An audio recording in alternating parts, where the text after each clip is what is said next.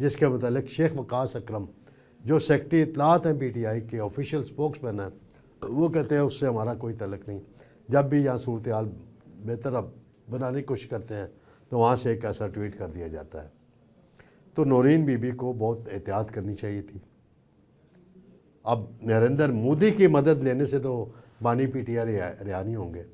بانی P T I جب بھی رہا ہوں گے مذاکرات کے ذریعے ہوں گے، کسی ڈیل کے نتیجے میں ہوں گے، یا عدالتوں کے ذریعے ہوں گے. بس یہی دو طریقے ہیں، اور کوئی مجھے طریقہ نظر نہیں آ رہا. مجھے وہ یاد آ رہی ہے پیپلز پارٹی کے ایک سابق رہنما ہیں غلام مصطفیٰ کر، گورنر پنجاب ہوا کرتے تھے. جب جنرل ضیاء الحق نے مارشل اللہ لگایا، ذوالفقار علی بھٹو صاحب وزیر اعظم تھے، انہوں نے بھی ایک بیان دیا تھا کہ بھارتی ٹینکوں پہ بیٹھ کر آئیں گے. پھر کیا ہوا؟ جنرل ریٹائرڈ پرویز مشرف نے بطور صدر انڈیا میں جا کے انٹرویوز دیے ہوئے ہیں، بطور صدر پاکستان دیے ہوئے ہیں، پاکستان کو ڈیفینڈ کیا ہوا ہے، اس میں کوئی عرض نہیں ہے. لیکن آپ ایک سیاسی رہنما کی رہائی کے لیے کیا نواز شریف کی قید کے دوران کسی نون لیگی نے انڈین چینلز کو انٹرویو دے کے مدد مانگی ہو؟ اگر مانگی ہے تو لے آئیں منظر عام پہ. اس لیے میں کہتا ہوں کہ نادانی نہ کریں. اس طرح کے اقدامات سے، اس طرح کی چیزوں سے مسائل اور پیدا ہوتے ہیں، پھر غداری کے الزامات لگتے ہیں. میں نہیں کہہ رہا کہ انٹرویو دینا سے غداری انہوں نے کر لی یا کر لی، لیکن آپ اسی طرف جانے کا سلسلہ شروع ہو جاتا ہے.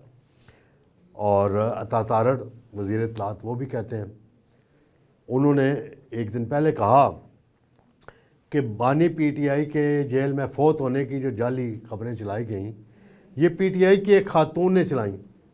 اب دیکھ لیں یا پھر نورین بی بی نے چلائی، علیمہ بی بی نے چلائی، یا کسی اور نے چلائی، انہوں نے نام نہیں لیا.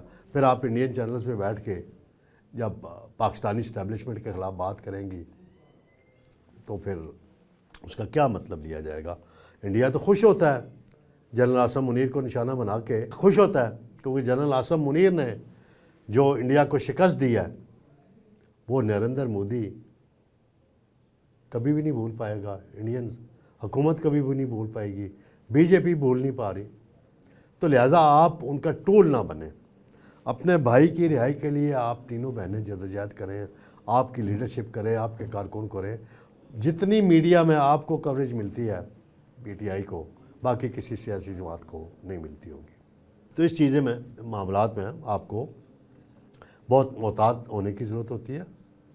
اور انڈین میڈیا پلے کرتا ہے، جعل سازی کرتا ہے، گودی میڈیا ہے، اس کے اپنا ایجنڈا ہے، اپنے مقاصد ہیں. تو اس طریقے سے ان چیزوں کو نہیں کرنا چاہیے. آپ غیر سیاسی خواتین ہیں تو آپ کو جن لوگوں نے بھی آپ کی پارٹی کے سوشل میڈیا ہینڈلز یہ لائن دی ہے، یہ کیا ہے، پتہ نہیں حفیظ اللہ نیازی صاحب سے رائے لے کے ان کی اہلیہ محترمہ نے یہ انٹرویو دیے یا نہیں دیے. اس کی وضاحت تو حفیظ اللہ نیازی صاحب کر سکتے ہیں، یا لاہور کے ہمارے سلمان غنی صاحب کر سکتے ہیں، یا باقی دوست مجیب الرحمان شامی صاحب کر سکتے ہیں کہ وہ حفیظ اللہ نیازی صاحب کے بڑے قریب ہیں یہ سب لوگ. تو حفیظ اللہ نیازی صاحب کی وضاحت ابھی تک نہیں آئے گی تو پھر اس پہ اظہار کریں گے. لیکن اب میں جاتے جاتے خبر دیتا چلوں، جو آئندہ منگل آ رہا ہے